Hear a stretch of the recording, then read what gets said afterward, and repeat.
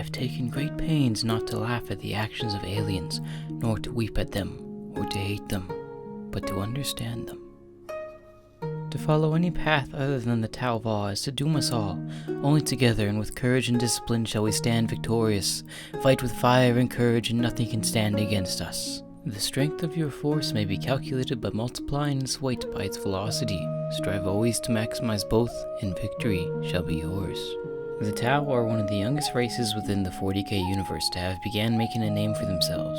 Evolving from savages to a technological superpower in a mere 10,000 years, this young race has swiftly taken to the stars with their doctrine in which they call the Tao Va. The Tao began their sapient existence as a tribal people. 4 tribes, or castes as they call them now, were formed from environmental factors. The Tao of the plains, constantly hunting and warring, were made into the fire caste. These Tao are the strongest and most hot-blooded of their race, and have now become the Empire's driving military force. The people of the mountains became the air caste, soaring through the air and living as free people. They became the pilots of the Tao race. They are tall, lanky Tao with bodies evolved for flying ships and fighters. The people of the valleys and farmland became the earth caste, short and compact individuals. They are now the main worker class and science structure of the Tao. Lastly, the people of the seas, physically weaker than most, but have an undeniable way with words. All these castes are led by an odd and mysterious race called the Ethereals. The Tao had almost driven themselves to extinction through wars, plagues, and famine, but one night the Ethereals appeared to them and negotiated peace between the 2 main warring factions. No one truly knows how the Ethereals do what they do, but some claim it is something sinister, and they employ some sort of pheromonal mind control.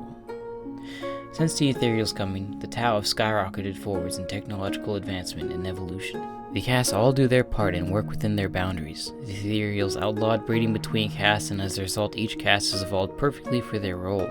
The Ethereals also introduced to the Tao what is known to us as the Greater Good, or the Tao Va. This is essentially the Tao's manifest destiny and birthright to ruling the stars. Unlike most races in 40k, the Tao are staunch atheists and believe in nothing but the greater good. They believe they have perfected society and wish to bring this to the other races. The Tao are somewhat peaceful compared to most races in 40k. They will almost always attempt diplomacy before taking any aggressive actions. They have even tried to parley with orcs and Tyranids in the past, in which they soon learned not every race can be reasoned with. From time to time, they have made alliances with the Eldar, Dark Eldar, Imperium, and more. This is not to say that they have no military might though. The Tau are a small and young race and are weaker than the average human, but their technology largely compensates for this fact. Their troops are outfitted with some of the most advanced ranged weaponry in the galaxy, each fire warrior carrying a pulse rifle or carbine of devastating effect. The Tau mostly employ the use of battlesuits, in which we will get into later in the video. The Tau have many worlds, and the major factions of their people are called Septs. These are some of the first Sept worlds, as well as the main worlds of the first sphere expansion of the Tau. First off, we have Tau, homeworld of the Tau, capital and spiritual, political, cultural, and administrative center of the Tau Empire. Its citizens are considered especially learned and wise.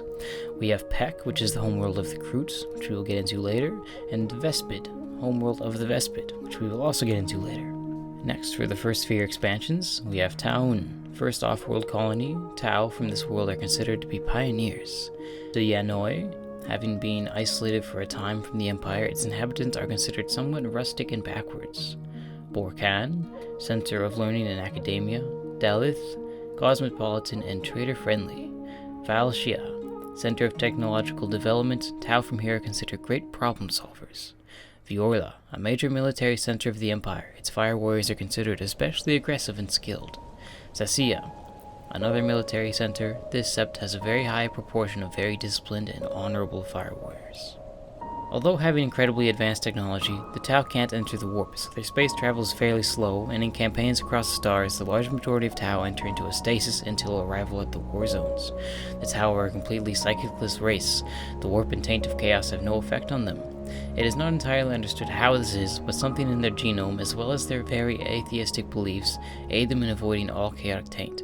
As a result, though, their understanding of the warp is very small. They have attempted to enter the warp in the past, but it went disastrously. Tau society is very unique in the fact that they are one of the only 4 races of 40k that are accepting of any who wish to live in their empire. Upon a Tau planet, you could find a plethora of different species, including many humans. This is also shown in their military, in which they allow mercenaries and other races within the greater good to fight alongside the Tau. The most popular of these are the Kroot and the Vespid.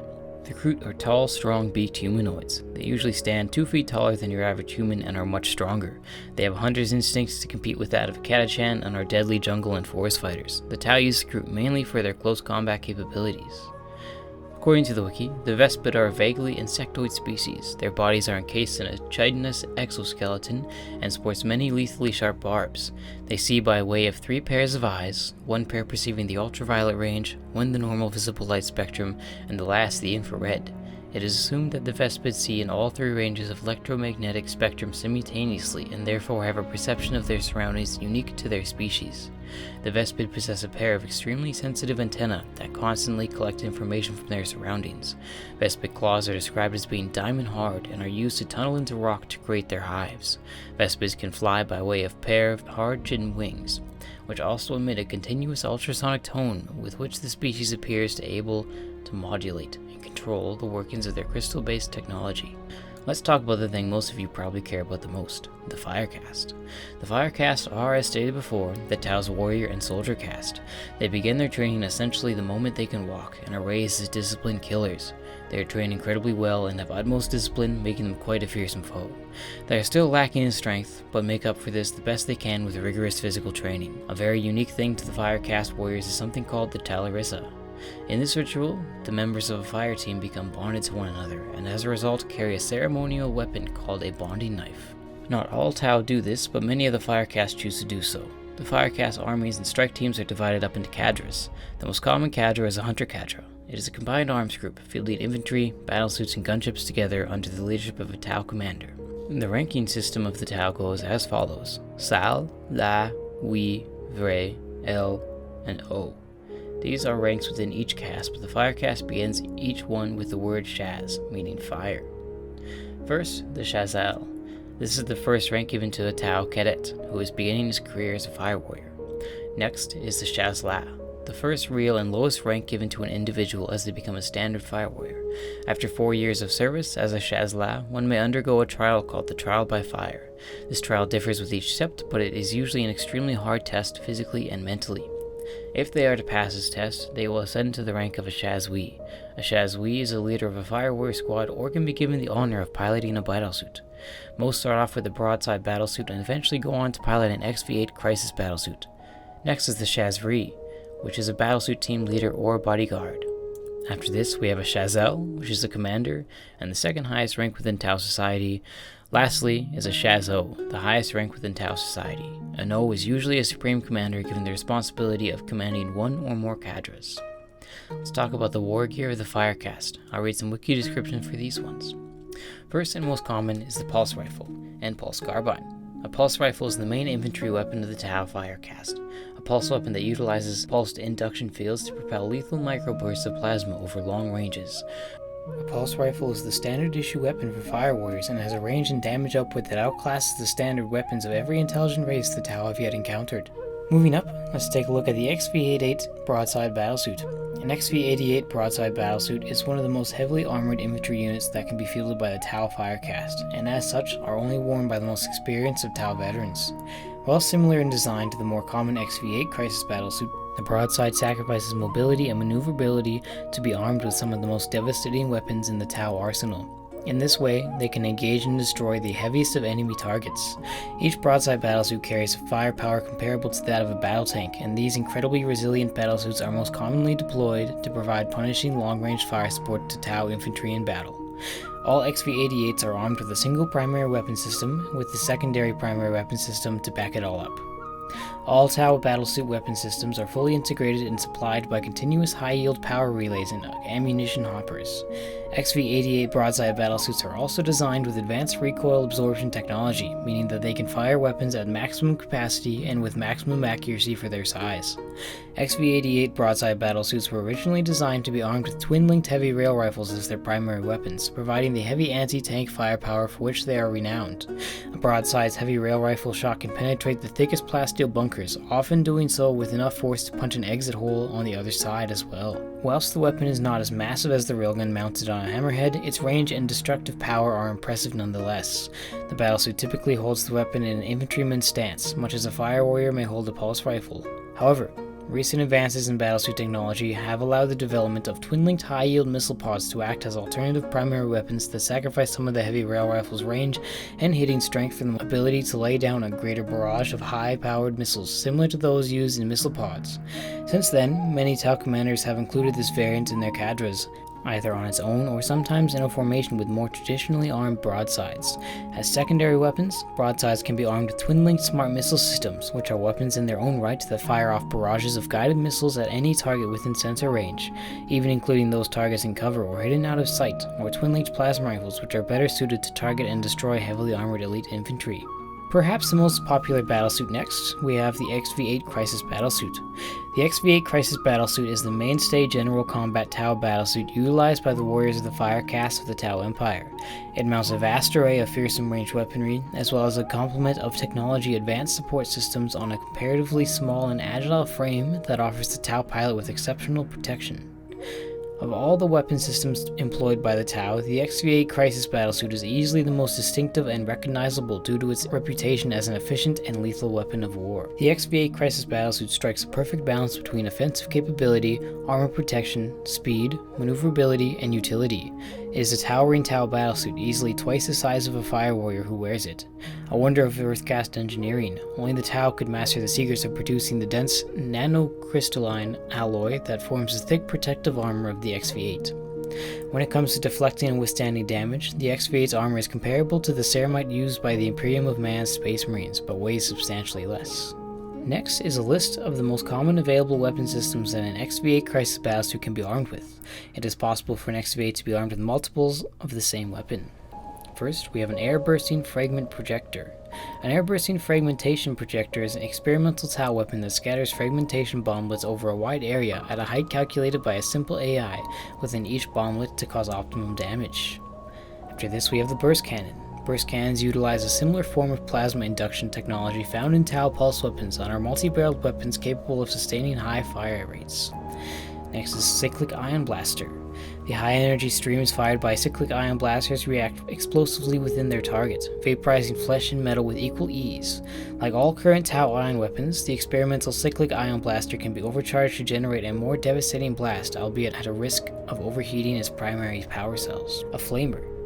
When used to fight masked, lightly armored opponents, Tau flamers are lethal weapons. They are mostly commonly used by battlesuit teams fighting amongst densely packed terrain. The Fusion Blaster. Fusion Blasters are anti-tank melt weapons that can reduce reinforced armor to molten slag in a blink of an eye. Many battlesuit pilots have become adept at stalking enemy armor, using their high mobility to outflank the vehicles and engage their weaker side or rear armor. Missile Pod. A missile pod is a simple and effective delivery system for multiple high-strength missiles at long range. Lastly is Plasma Rifle. Plasma weapons technology is used by many Xenos races. Despite its highly unstable nature, the Tau favor a form of plasma technology in their plasma rifles that forgoes stopping power for an increased level of safety for the operator. Finally, let's take a look at the Riptide battlesuit. The XV-104 Riptide battlesuit is one of the latest Tau Earth Caste innovations, designed to combat the most dangerous enemies of the Tau Empire. Standing twice the height of an XV-8 Crisis battlesuit, its long, back-jointed legs hold up a heavily armored torso that houses the Riptide's dark matter Nova reactor, an experimental power generator that can be activated should the Shazri pilot require extra power to sustain his heavy rate of fire.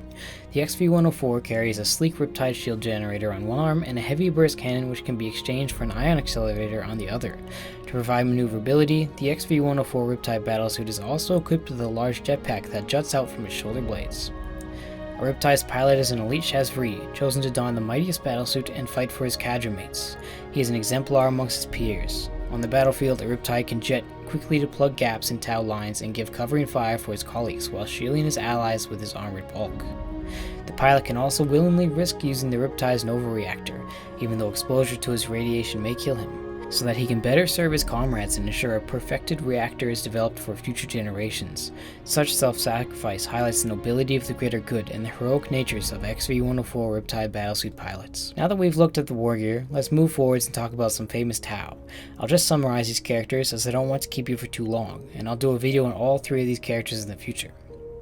These are the three disciples of a Tau called Master Puretide, the most legendary Tau commander to ever live. Puretide fought in many campaigns, winning every single one, with a genius the galaxy had never seen before. He later retired to a home in the mountains, and these three students climbed to be taught by him.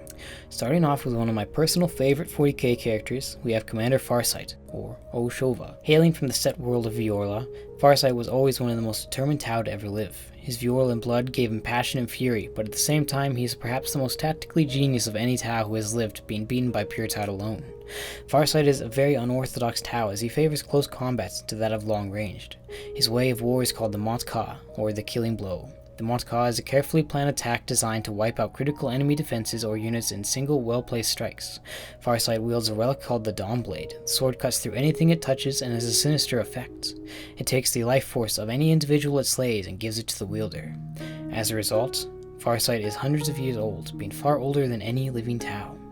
But the most important thing about Farsight is that he is actually no longer part of the Tau Empire. At a certain point, he learned a terrible secret of the Tau. During his campaign within the Damocles Gulf, he ended up staying there and beginning his own empire that opposes the rule of the Ethereals. Farsight has been deemed a traitor by the Ethereals, but many defect and go towards his planet, free from the clutches of their ethereal overlords. Much more on Farsight in a future video. Next, we have Commander Shadowsun, or Oshazera. Commander Shadowsun's way of war is called the Kayan, or Patient Hunter. The Kayan is essentially an ambush, where the enemy is drawn by use of a lure into a carefully prepared killing zone. She is a master of stealth and one of the coldest and ruthless killers within the Tau. I don't know much about her, so here's what the wiki says. Oshazera is a dynamic leader who rose to recent fame in the battles of the Kresh expansion. There, she smashed the Orc Menace, and her cadres suffered historically low casualties in return. All of Shadowsun's victories are marked by unrivaled efficiency, a trait not surprising from one of Commander Purtai's most promising pupils. Over 300 Terran years ago, Oshazera was a brilliant young warrior. Her success and matchless performances at the Firecast Academies earned her recognition as one of the most able military minds in the Tau Empire. As such, she was granted the honor of studying personally under the ailing but legendary Commander Purtide. Despite being the youngest of all Purtai's protégés, Oshazera scored exceptionally well within all the simulations, outstripping all others save one, the most highly favored of all Purtai's students, Commander Oshova. From the start, theirs was a bitter rivalry, as the two most gifted Tau commanders in the Empire strove to gain their wizened master's approval. It is important to mention Tau like Oshazera and the one I will mention next, Shazokais. They are only still alive because between campaigns, the Tau put them into stasis. So they are taken out of stasis to fight in campaigns and then put back into stasis, and are almost immortal that way. Anyways. Lastly, we have a commonly forgotten Tau character. He is also one of my favorite 40k characters, and if you have the time, I recommend reading the book Fire Warrior. This character is named Shazokais. Shazokais is by far the most ruthless killing machine the Tau have to offer. His way of war is a very uncommon one, which is called the Monat, or the Lone Warrior. This way of war is a lonely one who masters the Monats becomes an army in himself. They are honed as a weapon is, and any who stand in the way of Caius are utterly obliterated. Caius is a terrifying foe capable of felling armies and nations alone. More on him in a future video. So that's the Tau. There's more to talk about, of course, which I definitely will in the future, but for now let's move to the workout. A Fire Warrior likely trains a large amount with the body weight, as weightlifting just doesn't seem to fit the Tau. As a result of this, I put together a calisthenics workout. I don't know much about this kind of workout, but this is a great workout for a beginner. It is as follows. 4x20 squats, 4x10 step-ups per leg, 4x12 calf raises 3 ways. Each set is 3 sets of 12 alternating stances, which you'll see in the video. 4x10 pull-ups, 4x10 push-ups, 4x10 inverted rows, 4 to 10, or whatever you can do, handstand push-ups, 4x10 dips, 4x10 chin-ups. Now this workout may seem pretty hard for most beginners, so if you are beginning out, you can change the sets to 3x10s if you want to, or take out any exercises that you feel that you can't do, but overall, I believe this is a pretty good calisthenics full body workout, and you can do all of it with body weight.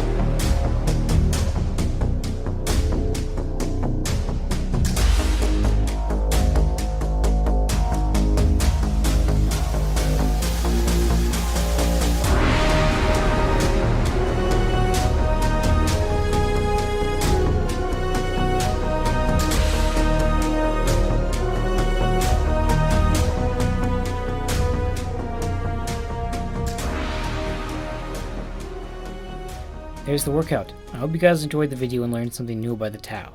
I have a love-hate relationship with the Tau, as I have a Tau army, but it's a Fireside Enclave's army. I hate the Ethereals. If you guys liked the video, leave a like and subscribe. Comment below your favorite Tau character and let me know what factions you want me to do next. I love you guys, work hard out there, and stay jacked.